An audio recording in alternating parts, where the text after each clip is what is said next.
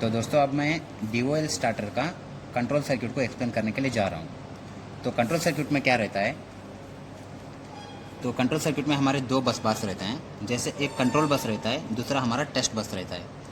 Control bus क्या है, control bus में एक फेज़ एंड न्यूट्रल जो है हमारा कंट्रोल बस से सीधा टर्मिनल ब्लॉक में आएगा। 1 नंबर टर्मिनल ब्लॉक में फेज़ आएगा, 2 नंबर में न्यूट्रल आएगा। Same at the same time क्या है, टेस्ट बस से भी हम सिंगल फेज सप्लाई ले रहे हैं। 3 नंबर में फेज़ आएगा, 4 नंबर में न्यूट्रल आएगा। इसमें क्या कर दिया हमने, न्यूट्रल दोनों बस का न्यूट्रल कॉमन करके पूरा सर्किट में न्यूट्रल को कॉमन भेज दिया हम लोगों ने, और न्यूट्रल को कॉमन भेज दिया। और प्रोटेक्शन के लिए हमने क्या कर दिया, न्यूट्रल को यहाँ पे सेकंड लिंक लगा के हमने अर्थिंग पे दे दिया। ठीक है। तो दोस्तों हम सबसे पहले देखेंगे टेस्ट में हमारा सर्किट कैसे ऑन होता है। हम टेस्ट में हमको चेक करना है बोले तो सबसे पहले फीडर को हमको टेस्ट पोजीशन में ला के रखना है, और उसका मॉड्यूल का जो कंडीशन है ऑफ रहना चाहिए। मॉड्यूल का कंडीशन ऑफ यानी कि ए NC रहेगा, ए NO रहेगा। ठीक है। इस कंडीशन में क्या है, जैसे यहाँ तक सप्लाई हमारा जो है 3 नंबर फ्यूल के थ्रू होके, कॉन्टैक्ट के थ्रू होके, 52 नंबर कॉन्टैक्ट के थ्रू होके पुश बटन का एक एंड तक आके रुकेगा। जैसे हम पुश बटन को प्रेस करेंगे तो क्या है, हमारा सप्लाई जो है ये 10 नंबर का जो फेरुल के थ्रू होके ये हमारे 42A ये हमारा ऑक्सिलरी कॉन्टैक्टर है। एक कॉन्टैक्टर पिक होगा। एक कॉन्टैक्टर पिक होने से क्या होगा, इसका होल्डिंग हमने यहाँ से लिया हुआ है, यानी कि जिस हिसाब से इधर जो सप्लाई आया, सेम कंडीशन क्या है, जो सप्लाई जो है सेम टाइम में जैसे हमने पुश बटन हम लोगों ने प्रेस किया, सप्लाई ऐसे होके ये फेज बस में भी हमको आएगा। फेज बस में भी सब जगह ये घूमेगा। तो क्या होगा, इस कंडीशन में हमारा ये रिमोट स्टॉप को यूज़ करते हुए, इसका NC यूज़ करते हुए, ओवरलोड का रिले का NC कॉन्टैक्ट यूज़ करते हुए, फ्यूचर इंटरलॉक इसमें कुछ नहीं रहता है, लूपिंग रहता है, इसको यूज़ करते हुए सीधा हमारा स्टॉप पुश बटन का NC को यूज़ करते हुए हमारा कॉन्टैक्ट इसके थ्रू, ये कॉन्टैक्ट अभी ये कॉन्टैक्ट पिक होने के कारण ये NC हो गया, तो सप्लाई जो है हमारा सीधा इधर आएगा, 42A को पिक करवाएगा। ठीक है।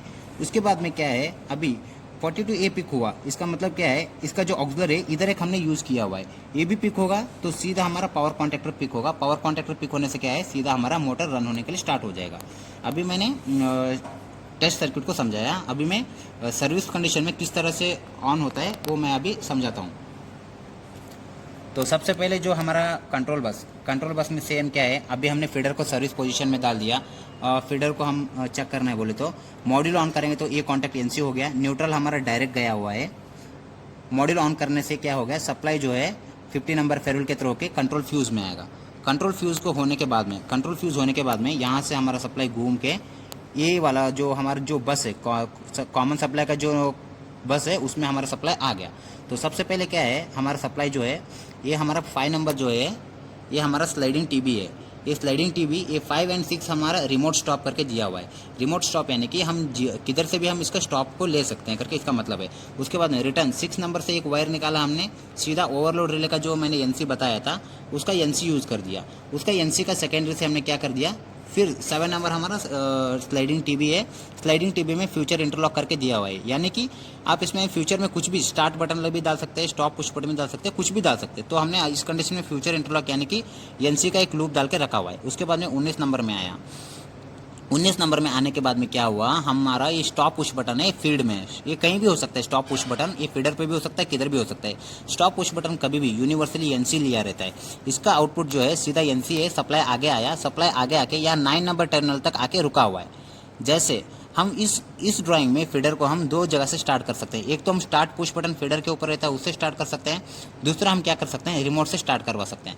अभी जैसे मान के चलिए पुश बटन से स्टार्ट करना है, तो मैं इस पुश बटन को दबाऊंगा तो क्या इधर का जो सप्लाई था वो इधर आएगा, तो सीधा ये कॉन्टैक्ट को पिक करवाएगा। ये कॉन्टैक्ट पिक होने से क्या होगा, इसका ऑक्सिलरी इधर है, ये कॉन्टैक्ट पिक होगा और सीधा ये कॉन्टैक्टर जो है कंटिन्यूसली पिक रहेगा। एट द सेम टाइम क्या होगा, अभी इस कंडीशन में लोकली स्टार्ट करने का बता दिया। ये कॉन्टैक्ट पिक होने से क्या होगा, मेन पावर कॉन्टैक्टर को इसका ऑक्सिलरी कॉन्टैक्ट यूज़ किया हुआ है, ये कॉन्टैक्ट NC हुआ, पावर कॉन्टैक्टर पिक होके सीधा अभी मोटर, ये जो पावर कॉन्टैक्ट है इसको देखिए, ये जो कॉन्टैक्ट है R1 Y1 B1 R2 Y2 B2, इसको हमको जाके देखना है 201C में ये क्या है बोल के हमको उधर समझ में आएगा।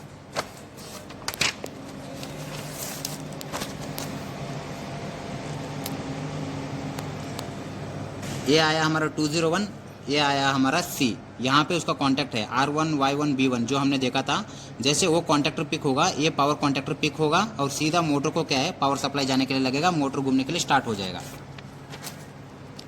ठीक है जी। और इसके बाद में इसमें क्या है, क्या क्या यूज़ किया बोले तो इसमें दो कॉन्टैक्ट्स है, एक NO कॉन्टैक्ट है, एक NO कॉन्टैक्ट है, एक NC कॉन्टैक्ट है। NO कॉन्टैक्ट जो है 306B में यूज़ किया हुआ है। 306 ये देखना है, बी ये देखना है, बी इधर दिखाओ, बी दोनों साथ में दिखना चाहिए।